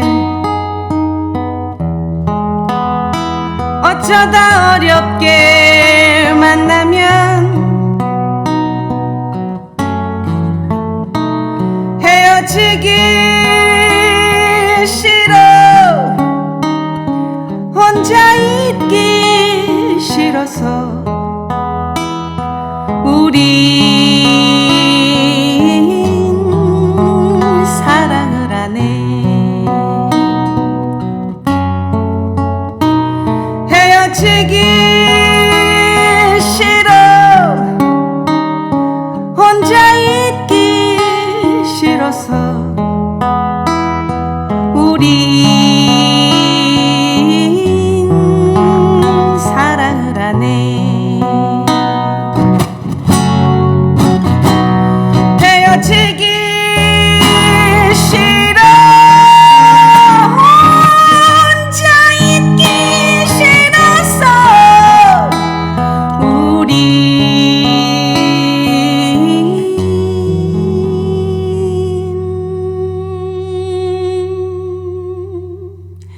사랑을 하네.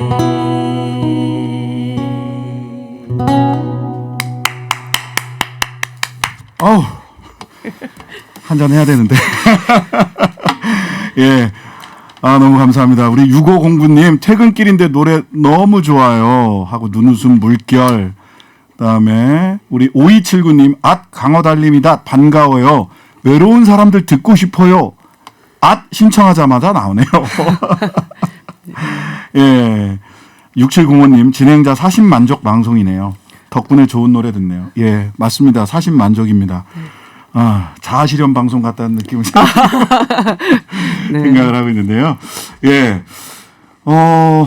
예, 그 전에 네. 신촌블루스에서 객원 보컬로 그러니까 이정선 씨 노래를 부르셨으니까 이제 신촌블루스 얘기를 좀 잠깐 할 수밖에 없는 것 같아요.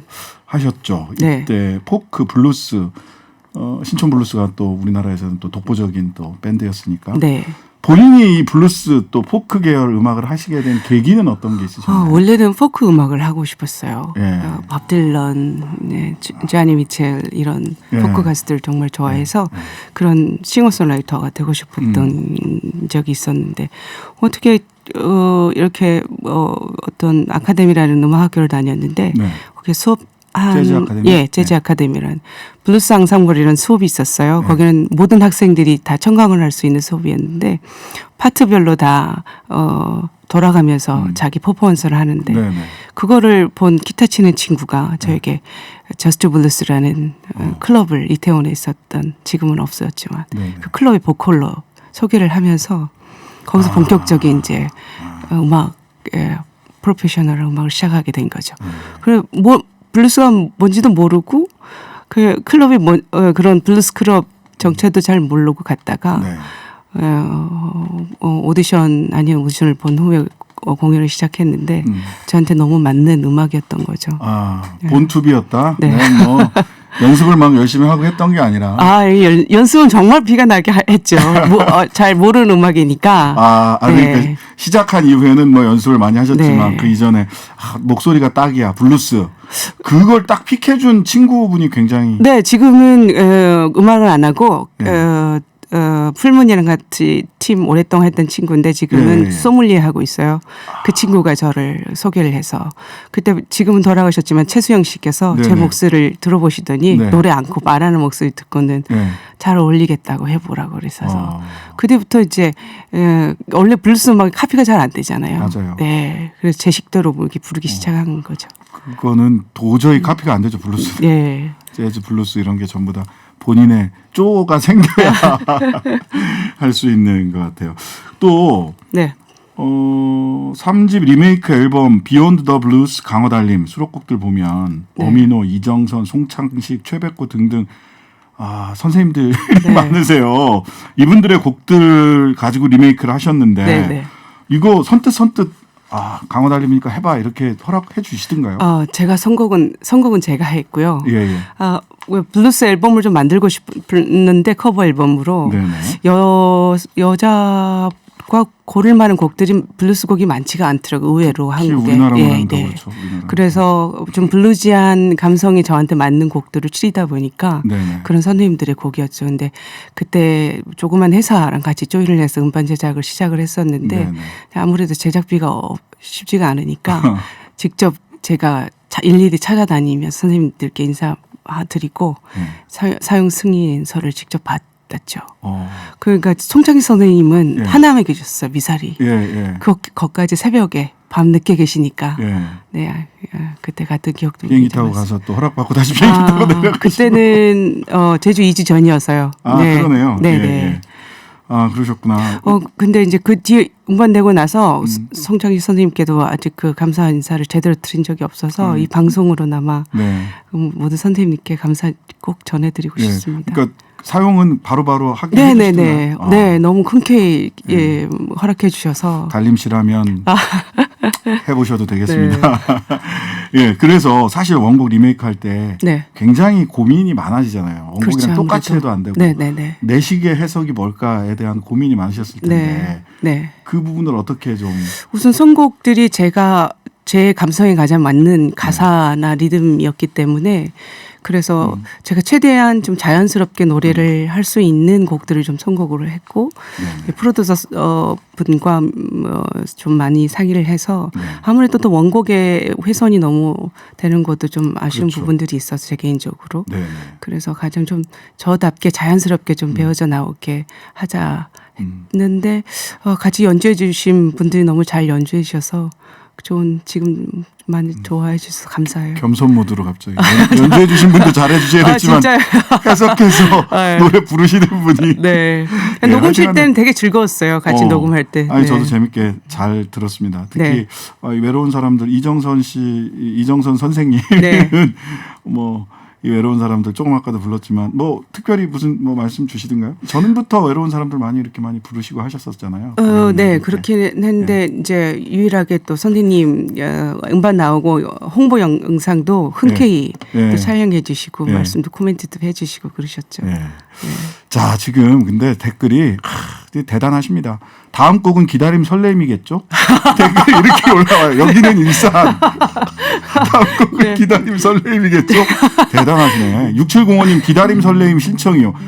와, 뭐 여기 옆에 와 계시나? 이거 대본 보고 계시나? 우리 단골손님들. 네. 대단하시지 않으세요? 아무래도 변호사님 감성들이 좀 비슷한 청취자분이시더라면 그러니까. 네, 이렇게 흘러가지 않을까 예상들 하시는 것 같아요. 예, 을파소연님, 와우 강화달림 씨 반가워요. 언제나 달콤한 밤에서 저희를 행복하게 해주시는 분. 5169님, 독특한 음색이 정말 좋습니다. 덕분에 행복한 주말 맞고 있습니다. 아, 이렇게 덕분에 행복하신 분들 신장기업 단골손님 꼭 돼주시리라 믿습니다. 자, 조금 더 튜닝 되셨나요? 괜찮을 것. 예. 자, 우리 예상대로 기다림 설레임 바로 들어보도록 하겠습니다.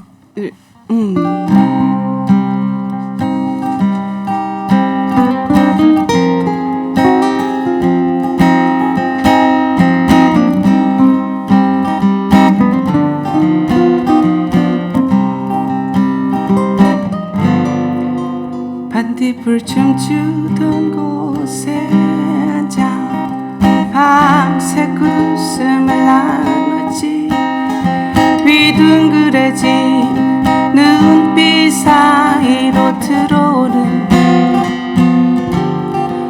찬란한 빛의 움직임조차 하염없이 가다 보면 어느새 한 움큼 손에 쥐어진 세상들 설레이듯 그 누가 널 보았든 간에 숨길 수 없이 드러내든지 빼곡히 들어찬 숨결조차 버거우면 살짝 여밀 듯이 보일 듯이 너를 보여줘. 그러하니 또 다른 무지개가 널 반길지.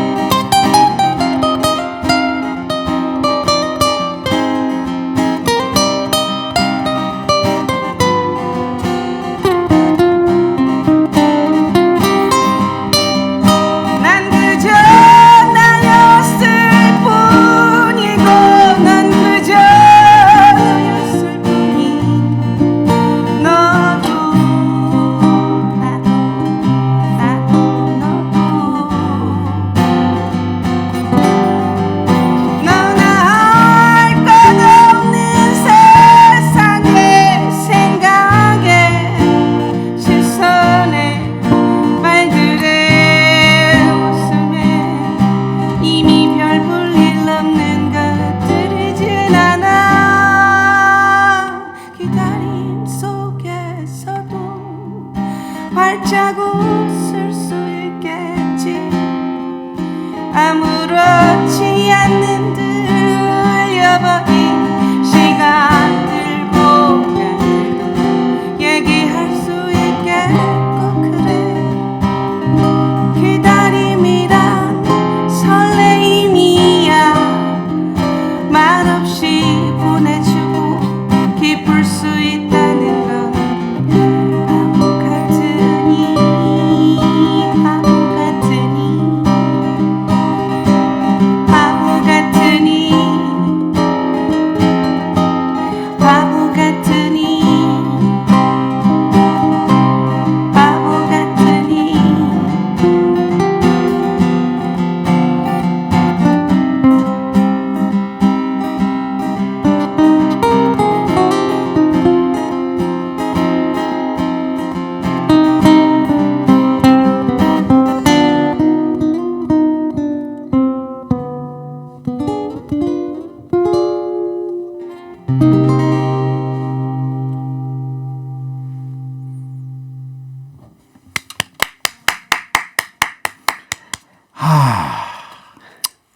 6509님 집 도착했는데 차에서 못 내리고 있어요. 조금만 더 기다리세요. 몇 곡 더 나옵니다. 예. 아, 너무 좋아요. 맞습니다. 네. 기다림 설레임 이 노래는 정규 1집 네. 그 도너판 조그만 판에 그거 저 후에 나온 그 다음 네. 판이다. 맞다. 예, 네. 그 다음 판이. 정규 예, 예. 앨범에 나와요. 네, 정규 앨범에 나오죠. 그 네. 이전 프리퀄 같은 거였어요. 조그만 네, 네. 도너판은. 네. 예, 그거부터 맞습니다. 가지고 계신다고 예, 놀랐어요. 예, 예, 네. 예. 그거부터 제가 잘 들었습니다. 요즘은 근데 차에서 CD 플레이어가 없어져가지고 요즘 차에는 CD 플레이어도 없고 맞아, 카세트 예. 카세트 테이프 플레이어도 없고 CD 플레이어도 없고 해가지고 이제는 네. USB에 담아서 듣고 있습니다. 제주도 들어가신 지가 얼마? 지금 6년 돼가요. 6년. 네. 제주도로 많은 분들이 가 계세요. 뮤지션들이. 아 많이 계시더라고요. 네. 곳곳에. 네. 일단 뭐 장필순 씨 네. 제주도에 계시죠. 그 저희 동네 가까이 또 강산의 선배님도 계시고요. 아 강산에서 네. 제주도 밴드를 한번 하셔야 되는 거죠. 좀 그렇게 글쎄요 만나기가 쉽지는 않는 것 같아요. 네. 예. 원래 안부 그래요. 전화만 갖고 예, 하고. 예. 고향 친구들도 서울 살다가 결국은 고향 갔을 네, 때나 네. 만나고 같이 가까이 있으면서도 못 뵈고 그러던데. 아니 그래서 저는 뭐 제주도에서 그 한번 이분은 락 페스티벌 이런 것도 제주도에 있더라고요. 네. 거기 계신 분들이 좀 좋은 음악을 해서 그 음악을 듣기 위해서 제주도로 많은 사람들이 가면 좋겠다. 네. 꿈 같은 얘기입니다. 제주도에 있는 분들 자꾸 육지로 나오라고 하지 말고 네. 우리가 제주도로 우리 달림 씨 노래대로 제주도로 한번 가는. 너무 획기적인, 너무 바람직한 말씀이신데요. 예. 네, 제주에서 좀 들으셔서 예. 어떤 분이 좀 코로나 끝날 시기에 네. 그런 기획하셔서 좀 진행이 됐으면 네, 좋겠네요. 네. 그냥 뭐 건물 짓고 뭐 음식도 되게 중요하지만 건물 네. 짓고 이런 거보다 문화 자체를 네. 관광 콘텐츠로 만들면 참 좋겠다. 지금 음악 창작소가 작년인가 오픈을 해서요. 아마도 네, 네. 좀 그런 중심으로 해서 그런 일들이 좀 벌어지지 않을까 기대하고 있습니다. 네. 최수진 님이 여기 음악 맛집인가요? 예, 맞습니다. 음악 맛집입니다. 지금은 제가 그 페이스북 보니까 네. 저 여기저기 피처링도 불러주시면 가서 많이 합니다. 네. 그러시더라고요. 네. 그리고 또 하나 본 게 9월 달에 전주에서 네, 소리 축제. 네, 그거 소개 올해 좀 해주세요. 저 밴드 공연 네. 공연을 제대로 다 모든 분들이 마찬가지지만 4월인가는 강원일 선생님 밴드랑 같이 공연을 했었는데 네네. 이제 10월에 소리 축제는 저희 강원들 밴드 온전히 60분 공연을 예, 해줄 수 있습니다. 네. 너무 기대돼요. 네, 근데 이게 또 인원수 제한이 있어서 선착순으로. 네, 원래는 오픈되면 1,000여 명도 들어오신다고 그랬는데 네. 그게 많지는 않는 것 같아요. 그래도 관객이 몇 명이라도 있는 상태에서 공연을 한다는 게 너무 감격스러워요. 지금 너무 그러니까요. 기대되고요. 근데 저도 그거를 신청을 하려다가 보니까 네. 시간이 네. 평일 저녁이라 도저히 제가 그렇죠. 갈 수가 없는 상황이더라고요. 안타깝게 네. 신청도 못하고 네. 많이 신청해 주세요. 9월달에 전주에서 강원알림 밴드가 같이 하시는 네, 거죠? 네. 네. 페이스북에서 저는 신청하는 거를 봤거든요. 그러니까 그걸 보시면 될 것 같습니다. 네. 지금 뭐 TBS 정보센터에서 교통정보 듣고 가실 건가요? 예, 잠깐 그 TBS 정보센터 연결해서 교통정보 듣고 와서 이야기 더 나누고 노래 한 곡 더 청해 듣도록 하겠습니다. TBS 교통정보센터입니다. 당신이 있는 곳에 TBS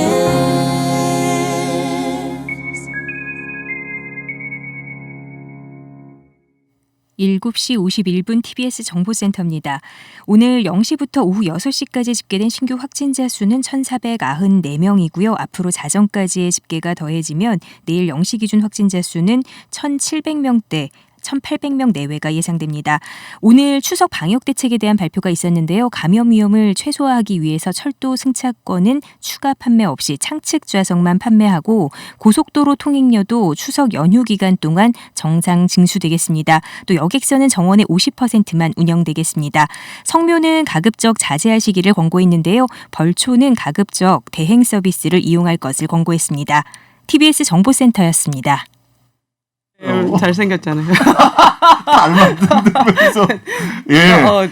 죄송합니다. 제가 그 팬으로서 이야기를 좀 나누다가 보니까 마이크가 올라가는지도 모르고 막 서로 웃고 떠들고 있습니다. 그 제주도 가셔서 사실 네. 와 강호달림 씨가 저렇게 사시는구나. 그 신랑 결혼하시고 강은이도 낳고 해서 네. 아이 낳고 나서 음악에 어떤 뭐 영향을 좀 준 게 있나요? 이거 굉장히 뻔한 질문이긴 한데. 음악보다는 뭐 사람 자체가 인간이 됐다고. 기타리스트 지금 박수 치고 있잖아요. 그러시네요. 뭐 잘 절 안 보려고 하셨던 분들도 네. 좀 봐주시고 그렇더라고요.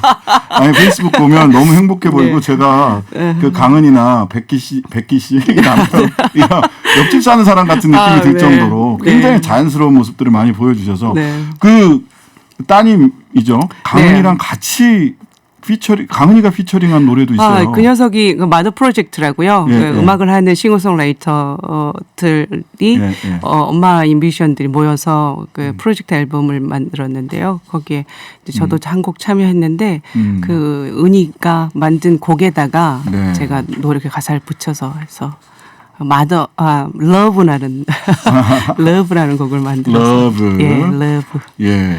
근데 이게 지금 시간이 많지 않아 가지고 마지막 노래를 저 사실 러브도 잠깐 듣고 싶었거든요. 그러니까요.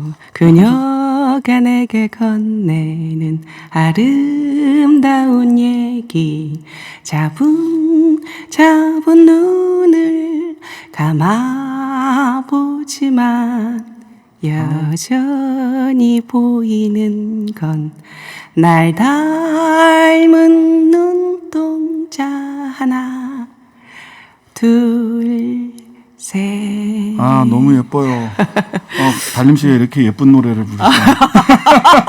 네. 우리 가슴을 쥐어짜는 것만 네네. 하실 줄 알았는데. 네.